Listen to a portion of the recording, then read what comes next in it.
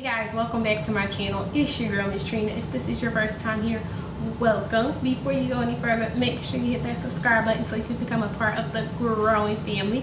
And guys, do me a favor, make sure you hit that notification bell so you can be notified anytime I upload a new video.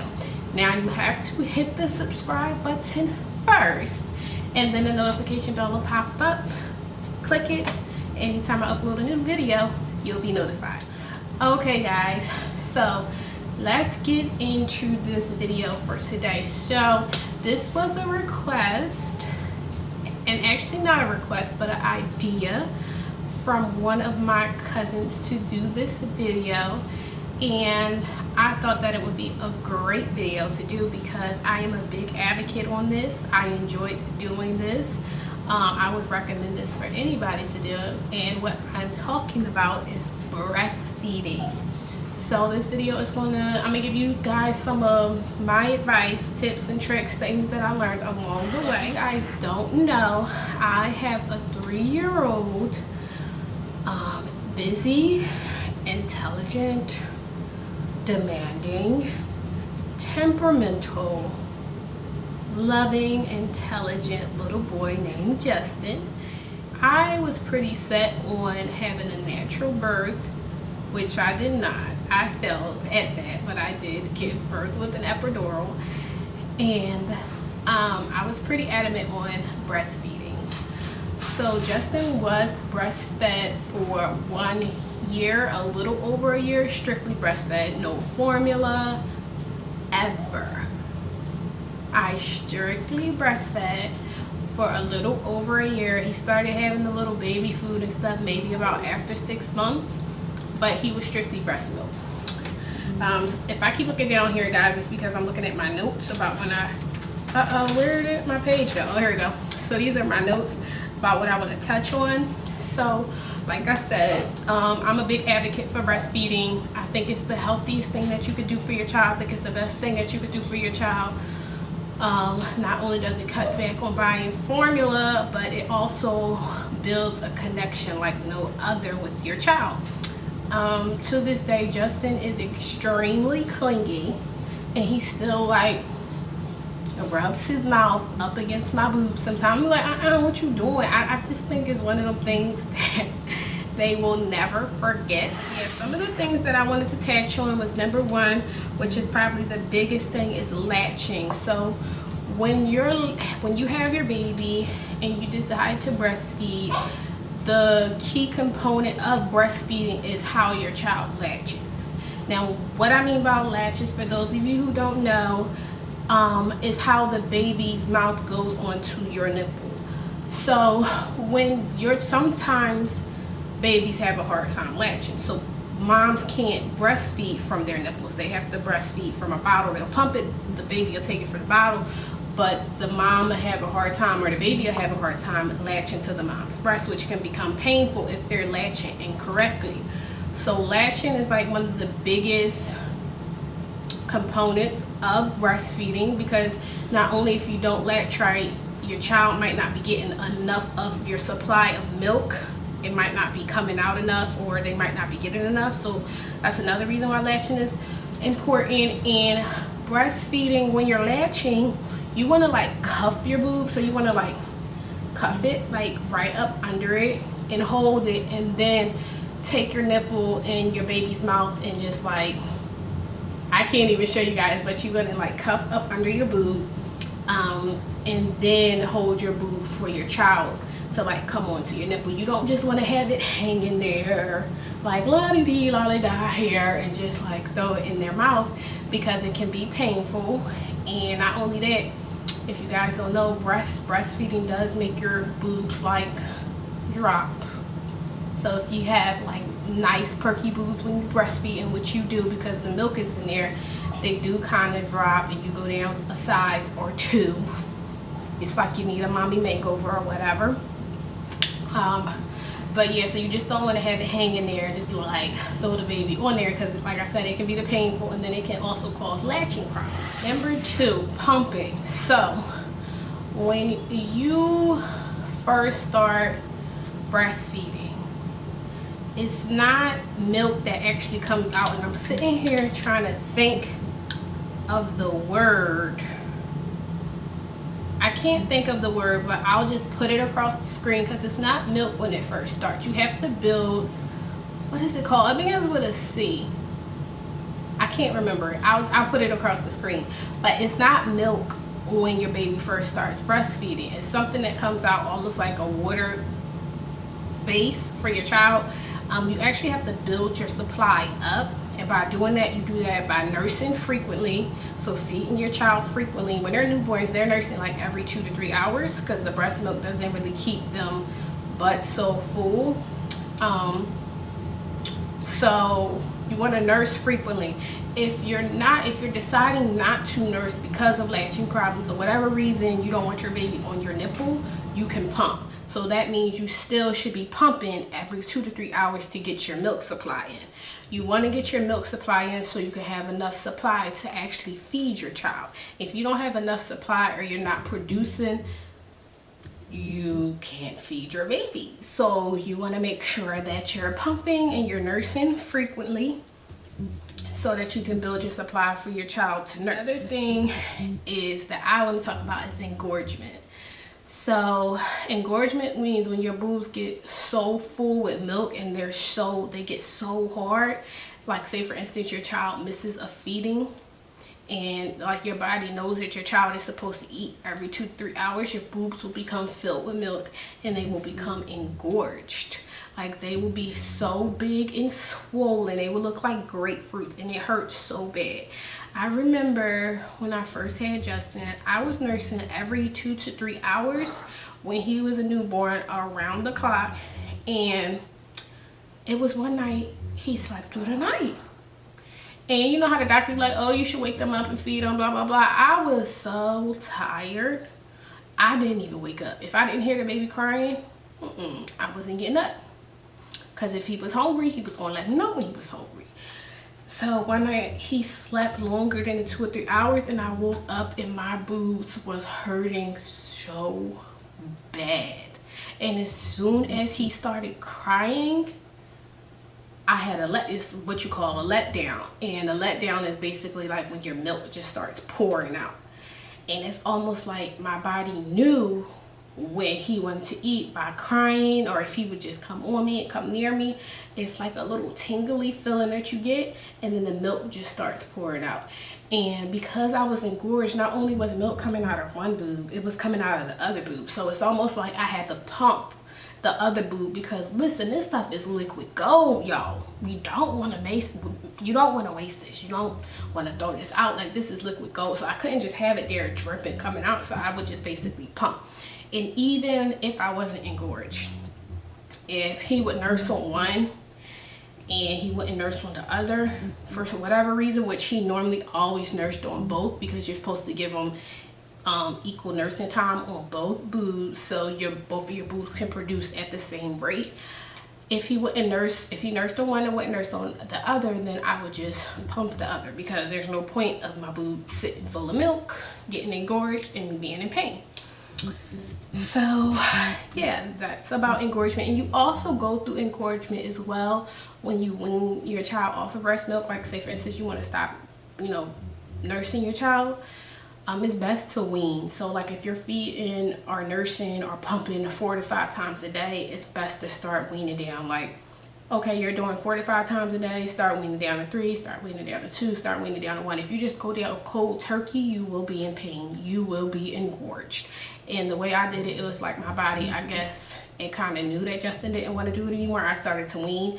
And the process for me, I did go through a little pain at first when I was working, because I went back to work when Justin was 3 months.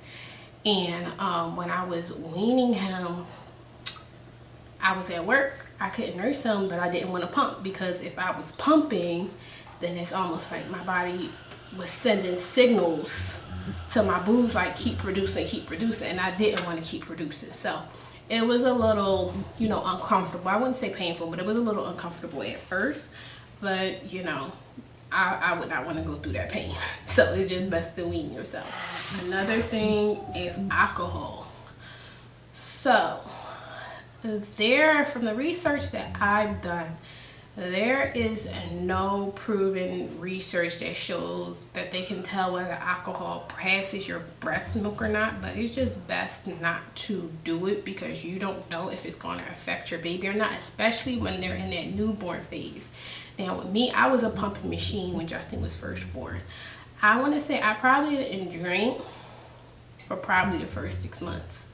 Like literally nothing. Like I was so scared. And even if I did after that 6 months, I would probably have a drink in between feedings. And at 6 months, at that point in time, he could eat baby food. He wasn't nursing as frequently. And I would probably have a drink like in between feedings. And then if I needed to pump, I would pump. And if it was too close to when I last had the drink, because it's like a table where you can, it basically tells you how much, if you have like an 8-ounce drink, how long to wait before you actually nurse your child. So like a glass of wine, I think you maybe had to wait 3 or 4 hours, and then after that it basically passed through your bloodstream or whatever.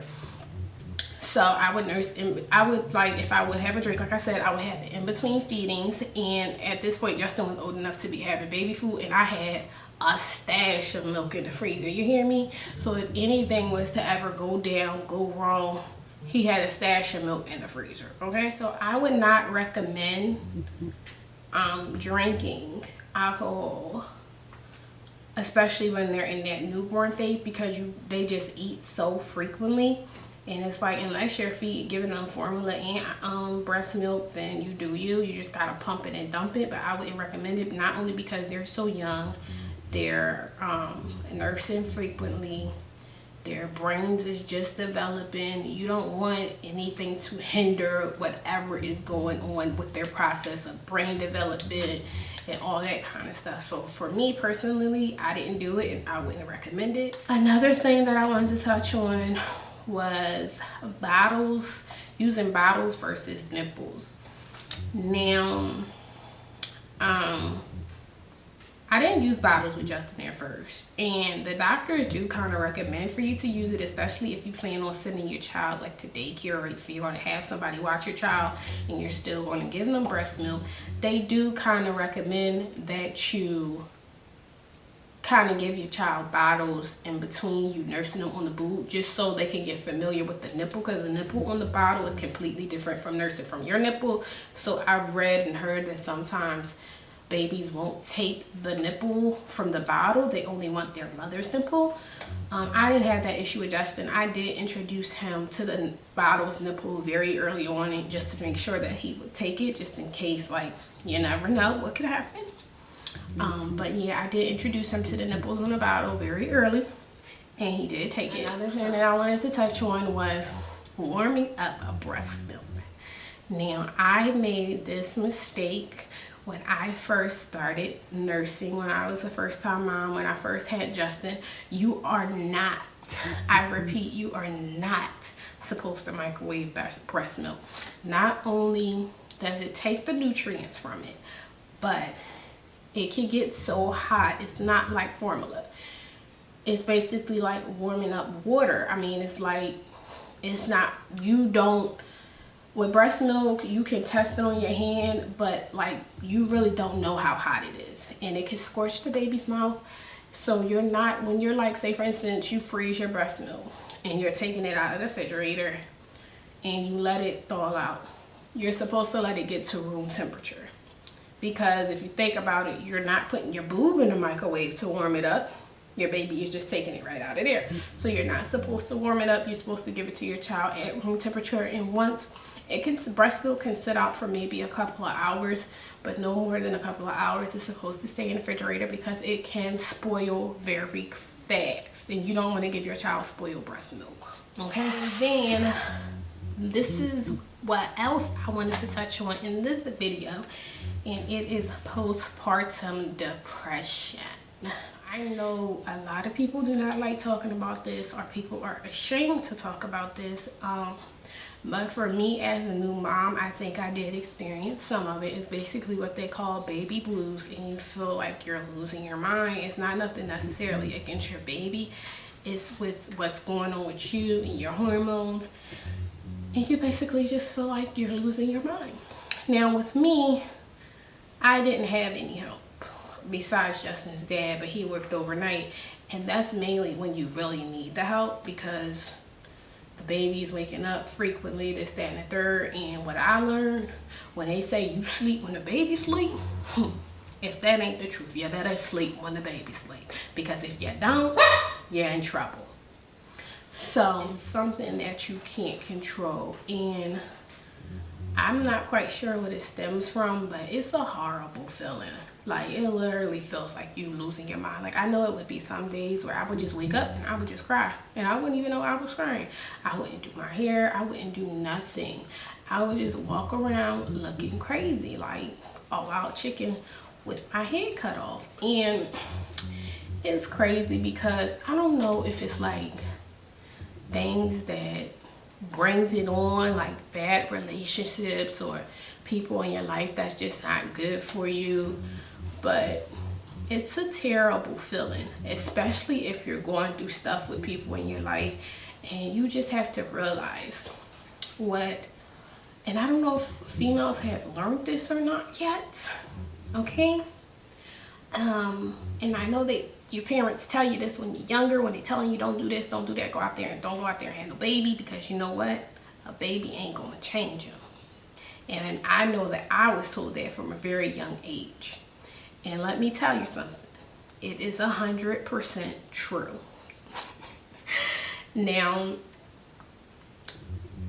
you know, not to say for personal experience or anything like that, but I just know people who've been through things. I've been through things, and a baby is not going to change a man. If you're having a baby for a man and thinking that it's going to change a man, it's not going to happen, sis. It's not, okay? And you have to understand, whoever that man was before you had that baby is the man that he's going to be after you have that baby. And I don't know if that also brings on postpartum, because like females have these expectations, oh, he's going to be this, he's going to be that, he's going to be this. And then they turn around and come to find out he still ain't shit. I mean, it's just the honest God truth. And it's just like, a lot of men are good fathers, but they aren't good partners. And that's just the honest God truth. They are great fathers, but they just aren't good partners. And when you become a mother and you're going through postpartum, nothing makes it feel more like the end of the world when you're going through something with your child's father. And that's just real. Like, because especially if you have that hope, that dream, oh, we're going to be a family. Oh, he's going to do right because of the baby. Let me tell you something. A baby ain't even going to make the nigga respect you. And that's just 100%. It's not. So stay strong, stay prayed up, have a good support system, because let me tell you, postpartum ain't no joke. It ain't no joke. I've read stuff where people be out here killing themselves, and I don't think I've ever read anything or researched anything where it was necessarily saying anything about people doing stuff to their child. It was they was doing stuff to themselves or to somebody else. So you just want to be really careful. You want to do your research. If you need to get help, you need to seek help, and you need to seek help from people that's trying to help you, not from people that's going to make fun of you, just putting your business out there and thinking that, oh, I'm going to do it this way, when you probably really genuinely need help. In the way that you're doing it, them people ain't going to help you. You know what I'm saying? So just stay prayed up. Having a baby ain't no joke, okay? It ain't no joke. It's the greatest gift that you could ever have, but it is the toughest job in the world. And I've just learned so much from being a mom, and I'm getting off topic a little bit, as I always do, but yeah, that's just what I wanted to give you guys today. I wanted to let you know some of my tips and tricks for breastfeeding, some advice, what I've learned along the way, and also about postpartum, just dealing with it and not knowing what triggers or what might onset it, but they claim it's something you can't control. It's your hormones being out of whack. And sometimes after you have a baby, it takes a minute for your hormones to get back into whack or to get back right. So you gotta take care of yourself, especially when you're breastfeeding. You have to take care of yourself. Even when you just become a mother, you have to take care of yourself because you have to live for your kids now. So I think that's gonna wrap that up for this video. This is something a little different that I've done on my channel. Like I said, I'm always open to suggestions, and whatever you guys want to see, I'm gonna give it to you. So just let me know. So I hope you guys like this video. Before I go, I just want to let you guys know, make sure you follow me on my social media platforms. I am on Instagram, Snapchat, and Facebook. Follow me on Instagram at Itsmisstrina89, Snapchat at Itsmisstrina89, and Facebook it's Trina Newton, Newton. And that is going to be it for me, guys. Don't forget to like, comment, and subscribe, and I'll see you guys in my next one. Deuces.